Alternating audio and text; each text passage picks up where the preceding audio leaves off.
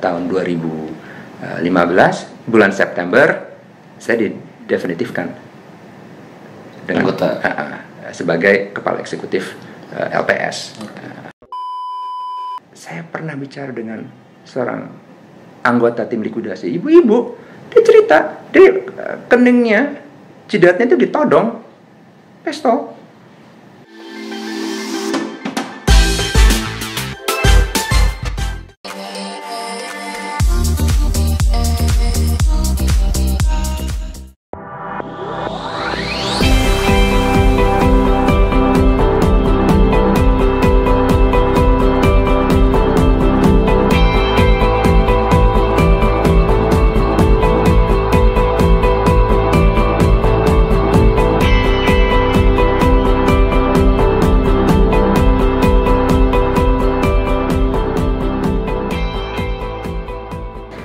Nulis sebenarnya dari dulu udah belajar nulis juga aktif SMP, SMA, kuliah, atau mulai dari Standard Chartered itu yang ke populernya itu? Ya lebih banyak sewaktu saya di Standard Chartered Bank. Oh jadi belajarnya di situ ya?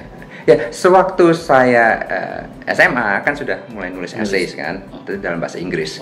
Nah waktu di Standard Chartered Bank ya ditranslasikan ke bahasa Indonesia. Dan juga saya banyak komunikasi hubungan dengan investor dari luar negeri. Ya, itu yang sebetulnya membuat pekerjaannya lebih menarik. Ya. Karena kita melihat sendiri dampak dari komunikasi kita terhadap investor, ya, dengan investor apakah di Amerika, di Eropa, di China, ya, di Singapura, di Hong Kong, ya, di Jepang, ya. Dan kita melihat bagaimana setelah berbicara dengan tim kita, ya, mereka masuk ke Indonesia, bawa uang ratusan juta dolar. Nah itu ada rasa puasnya. Gitu. Berarti itu apa ya? Kayak gitu tuh lobby negosiasinya belajar sendiri, berarti gitu? Atau ada sistem nggak sih dulu di? Itu kan satu tim ya. Tim. Kan ada tim research, ya kebetulan saya ketuanya, dan ada juga bankir yang membantu investor untuk masuk ke Indonesia secara teknis ya. Apakah masuk yang melalui investasi saham atau surat utang, apakah bangun pabrik, ya. Itu ada spesialisasinya masing-masing. Ya. Tetapi yang memberi gambaran umum itu kebetulan ya saya. Kenapa saya tahu itu kan biar teman-teman juga tahu yang masih kuliah ya, jadi ternyata kerja di bank tuh nggak sekedar hanya di depan, hanya ini aja, terus nanti ada yang... Dan kita belajar itu bedanya antara investor Amerika dengan investor Eropa, dengan investor dari China, ya. Dan kita juga akhirnya mengerti bahwa pengetahuan kita mengenai sejarah mereka itu membantu. Misalnya, kalau kita bicara dengan investor dari Prancis. Jadi caranya pun beda ya. Kalau kita tahu mengenai sejarah Napoleon, tertarik banget tuh. Mereka kan merasa wow. Ya, ini orang Indonesia tapi mengerti sejarah Prancis, ya. Itu menjadi nilai plus untuk mereka setuju untuk berinvestasi di Indonesia melalui Standard Chartered Bank pada saat itu ya. Ya. Jadi studi saya perihal sejarah diplomatik, sejarah internasional sewaktu saya di London School of Economics itu relevan. Kalau nggak ngambil itu betul. Jadi memang dan hobi baca itu. Iya. Dan kalau kita bicara di China, gitu ya. Kalau kita pernah baca mengenai revolusi budaya, cultural revolution, investor dari China kan juga mikir wow. Jadi nggak hanya kalau kita orang kuliah ekonomi jangan hanya mematok untuk belajar ekonomi aja gitu ya. Jangan. Karena pada akhirnya kecil gitu ya. Pada akhirnya itu kombinasi knowledge yang berbicara. Kemampuan kita untuk komunikasi mengenai ekonomi, mengenai hukum, mengenai sejarah, mengenai budaya. Ini yang bisa mengarahkan investor untuk setuju atau tidak. Oke, menarik. Jadi yang informalnya dulu ya. Kalau kita bisa masuk ke cara mereka berpikir. Kita bisa bicara sesuai dengan tata cara mereka. Mereka akan lebih comfortable untuk dealing dengan kita. Jadi ya disitulah sukanya menjadi investor di bank internasional, ya, interaksi dengan investor internasional, memperkenalkan investor internasional ke pejabat Indonesia, gitu di Bank Indonesia, di Kementerian Keuangan, ya. Oh, jadi lintas ya semua ya. Betul. Sama government relation juga, betul, jadi benar betul. Juga. Bukannya internasional doang. Kadang-kadang dipanggil di PR. Oke. Pada saat itu berarti belum ada yang kayak gitu ya, spesialis yang ya pada zaman dulu. Kembali lagi. Tetap kebetulan aja? saya Oke. Jadi Standard Chartered Bank yang pertama. Oke. Ya, beruntung lah. Oke. Bersyukur. Sambil minum nggak Pak? Silakan. Oke. Terus setelah akhirnya di udah Standard Chartered, ke mana ya? LPS ya? Standard Chartered Bank, LPS. Saya 13 tahun di Standard Chartered Bank, iya. Ya, dan ada kesempatan untuk pindah ya ke bank internasional. Ada yang nawarin ya? Nawarin ya, bahkan sebagai CEO di bank internasional. Cuman saya tidak tertarik gitu, karena passion saya itu adalah berbicara dengan investor-investor internasional, membawa mereka ke Indonesia dan melihat sendiri bagaimana investasi mereka berhasil di Indonesia. Itu passion saya pada saat itu. Ya salesman lah. Iya. Di atasnya lah gitu. Kenapa saya tertarik itu? Karena ada historinya Pak Oji. Dulu waktu saya belum lulus, jadi saya kan di jurnalistik Unpad ya. Belum lulus itu saya agak nakal, jadi di Jakarta nikmati kerja. Terus saya pernah ngelamar di Standard gitu. Itu jadi marketing. Marketing buat yang 500 juta ke atas gitu. Saya tertarik aja karena lagi coaching, jadi sih dari situ juga jadi training 2 minggu. Jadi saya dapetin ilmunya. Setelah itu saya tempatin di unit di Mangga Besar kalau nggak salah. Wah, gue nggak bisa nih ngikutin, gue nggak tahu blank. Udah resign, tapi kenapa? Jadi saya punya ilmu juga di situ gitu. Pada saat itu belum ada kredit yang 500 juta ke atas, jarang gitu. Ini masih, kok kenapa gue belum lulus malah disuruh jadi ini, mungkin karena latar belakang jurnalistik, terus pernah kerja apa kayak gitu. Jadi itu jadi menarik banget. Jadi Standard itu termasuk agak-agak yang awal pionir beberapa produk. Saya pikir dulu ya gitu. Iya kan? Dulu yang besar tuh belum banyak tuh yang ngeluarin kredit yang besar-besar itu. Salah satunya dulu kalau saya sukses, gila gede banget, tapi emang nggak ada jaringan saat itu gitu. Nggak besar kayak sekarang kan, digital juga itu maksudnya. Makanya saya enak banget kalau ngobrol Standard kayak, oh iya dulu nikmatin gedungnya juga gitu Pak Uji. Baik lagi, berarti udah itu klimaks akhirnya menentukan untuk hijrah gimana? Untuk hijrah, memang pada saat itu saya berpikir kalau misalnya saya hijrah, ya hijrahnya ke lembaga negara. Oh, emang inginnya gitu? Iya. Kalau enggak udah di situ aja gitu? Iya. Dan pemerintah Pak Jokowi terbentuk, dan saya diberi kesempatan oleh Menteri Keuangan pada saat itu, Pak Bambang Brojonegoro, Pak Bambang, yang menawarkan saya untuk ke LPS. Pada saat itu tawarannya bukan sebagai kepala eksekutif LPS, tapi sebagai komisioner independen. Oh, awalnya itu. Ya. Dan saya kebetulan mengenal LPS karena sempat dipanggil Pansus Bank Senturi. Oke, berarti Bapak pernah masuk juga ya di Pansus Bank Senturi? Dipanggil karena pada saat itu saya salah satu ekonom yang menjustifikasikan bailout Bank Senturi pada saat itu. Membela Pak Budiono dan Bu Sri Mulyani gitu pada saat itu gitu. Agak jarang gitu. Agak jarang, agak sangat jarang gitu. Karena pada saat agak itu berat. Teman-teman saya bilang ngapain bos?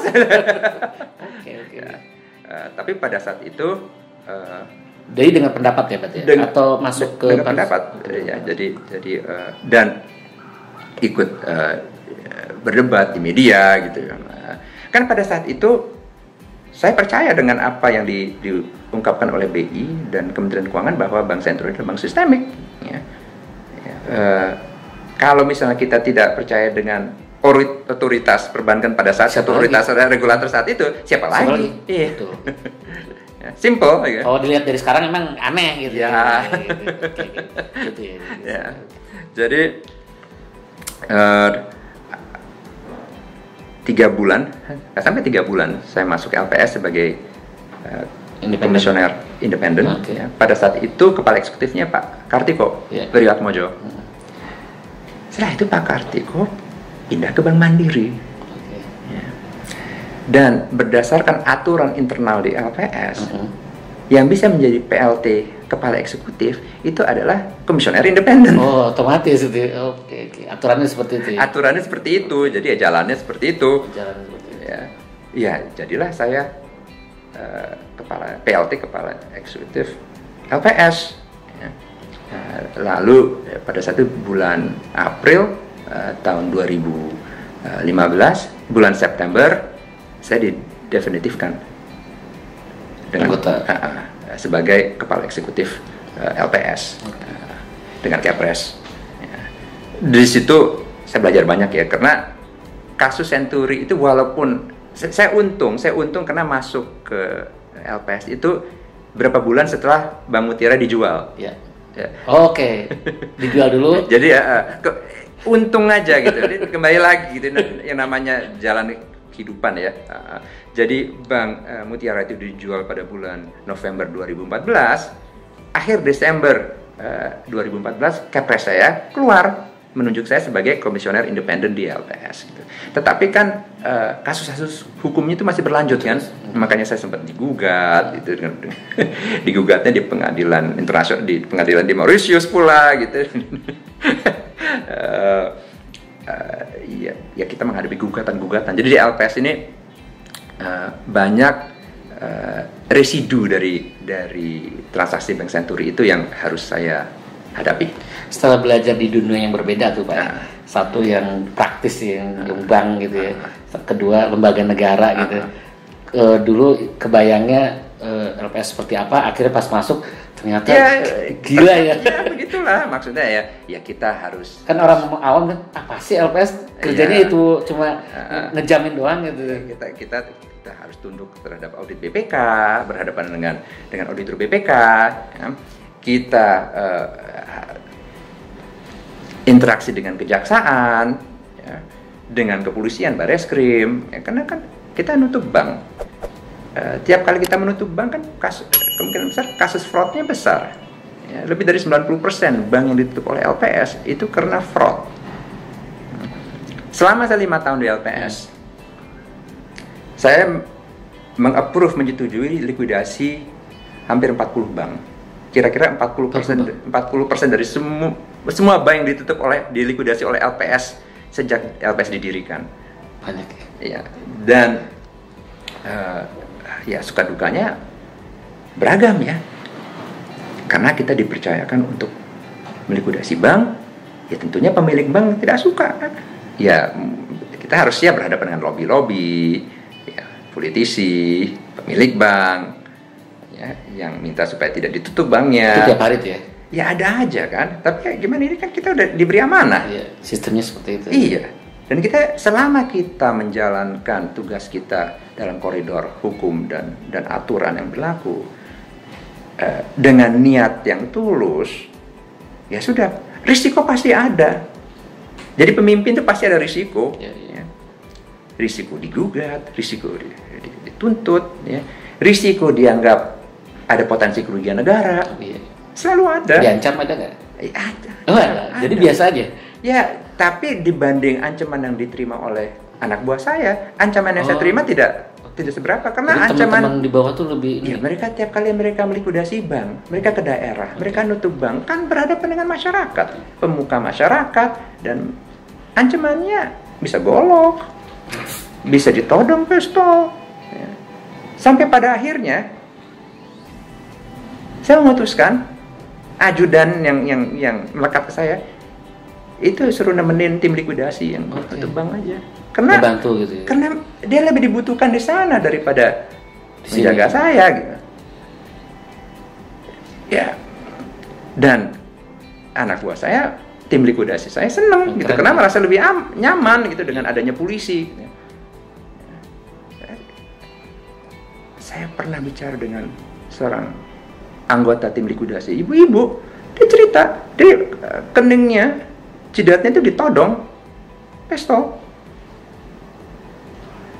Saya pernah punya pengalaman, satu tim likuidasi saya pulang dari nutup bank itu disantet semuanya. Tapi itulah ini tugas yang harus kita lakukan. Dan itu nggak ada yang publikasi itu di balik layar itu nggak ada. Justru jangan. Oh jangan. Artinya ada pepatah ya, likuidasi tanpa interupsi. Ya. Jadi smooth. No news is good news. Yeah. Smooth. Ya. Masyarakat nggak usah tahu. Biar kami lah yang ini. Iya.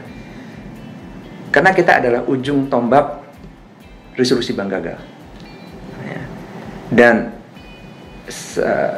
prinsipnya adalah yang penting masyarakat merasa nyaman dan aman untuk memarkir dana mereka di perbankan. Nggak usah panik. Artinya apa? Operation kita mesti silent. Yeah. Dan kalaupun dalam skala yang besar, mesti cepat. Saya masih ingat simulasi penutupan satu bank besar. Itu sampai detail berapa ratus cabang, setiap cabang berapa polisi yang mesti dialokasikan situ. Nanti kan dia akan dibelah good bank, bad bank, IT-nya bagaimana, clearing, nanti ada bad bank, ada good bank. Good bank ini clearing system dengan Bank Indonesia gimana, kodenya masih bisa dipakai atau tidak, detail gitu. Tapi masyarakat nggak perlu tahu. Yang penting waktu kita melakukan eksekusi, everything's quiet and done.